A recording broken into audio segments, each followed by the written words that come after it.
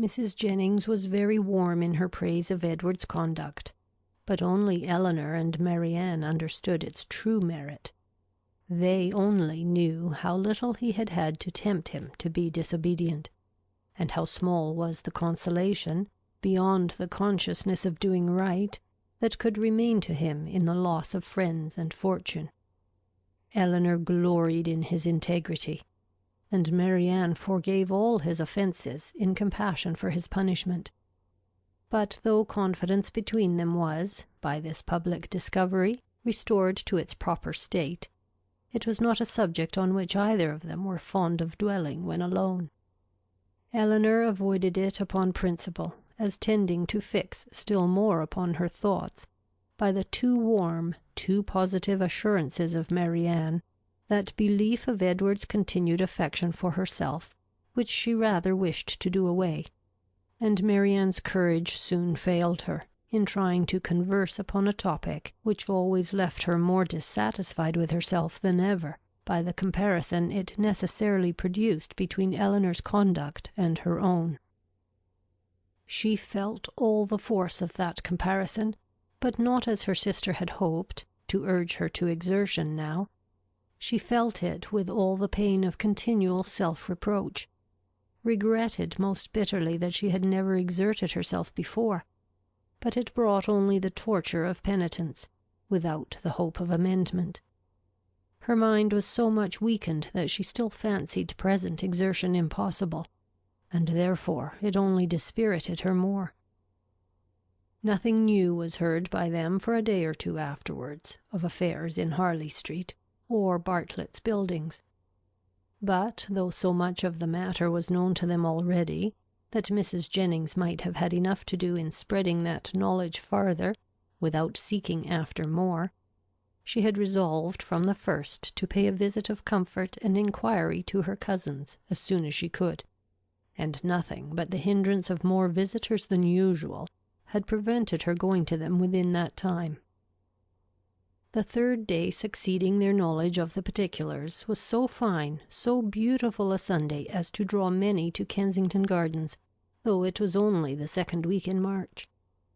Mrs. Jennings and Eleanor were of the number, but Marianne, who knew that the Willoughbys were again in town, and had a constant dread of meeting them, chose rather to stay at home than venture into so public a place.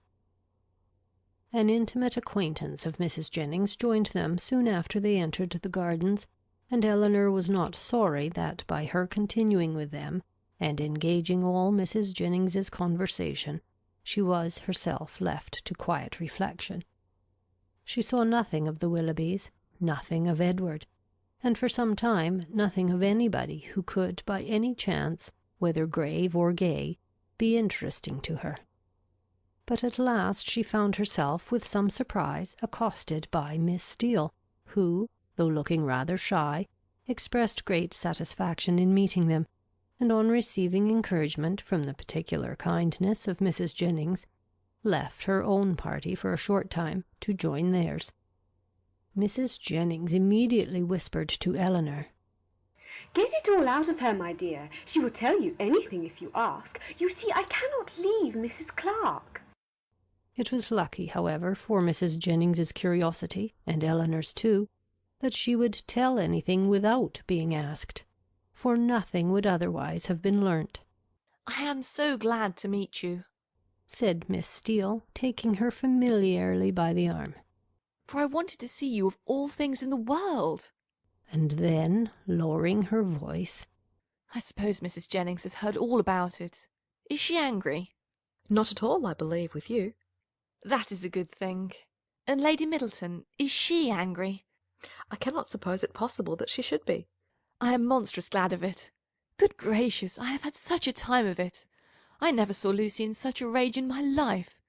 She vowed at first she would never trim me up a new bonnet, nor do anything else for me again, so long as she lived, but now she is quite come to, and we are as good friends as ever. Look, she made me this bow to my hat, and put the feathers in last night. There now, you are going to laugh at me too. But why should not I wear pink ribbons? I do not care if it is the doctor's favourite colour. I am sure, for my part, I should never have known he did like it better than any other colour, if he had not happened to say so. My cousins have been so plaguing me. I declare sometimes I do not know which way to look before them." She had wandered away to a subject on which Eleanor had nothing to say, and therefore soon judged it expedient to find her way back again to the first. "Well, but Miss Dashwood," speaking triumphantly, "people may say what they choose about Mr. Ferrars declaring he would not have Lucy, for it is no such thing, I can tell you, and it is quite a shame for such ill-natured reports to be spread abroad. Whatever Lucy might think about it herself, you know, it was no business of other people to set it down for certain." I never heard anything of the kind hinted at before, I assure you. said Eleanor. "Oh, did you not? But it was said, I know very well, and by more than one. For Miss Goodby told Miss Sparks that nobody in their senses could expect Mr. Ferrars to give up a woman like Miss Morton, with £30,000 to her fortune, for Lucy Steele that had nothing at all, and I had it from Miss Sparks myself.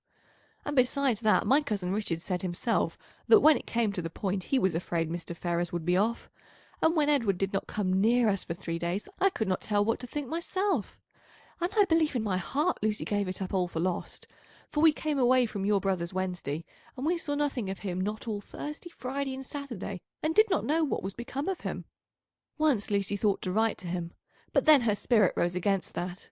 However, this morning he came just as we came home from church, and then it all came out, how he had been sent for Wednesday to Harley Street, and had been talked to by his mother, and all of them, and how he had declared before them all that he loved nobody but Lucy, and nobody but Lucy would he have, and how he had been so worried by what passed that as soon as he had went away from his mother's house he had got upon his horse and ridden to the country, somewhere or other, and how he had stayed about at an inn all Thursday and Friday, on purpose to get the better of it.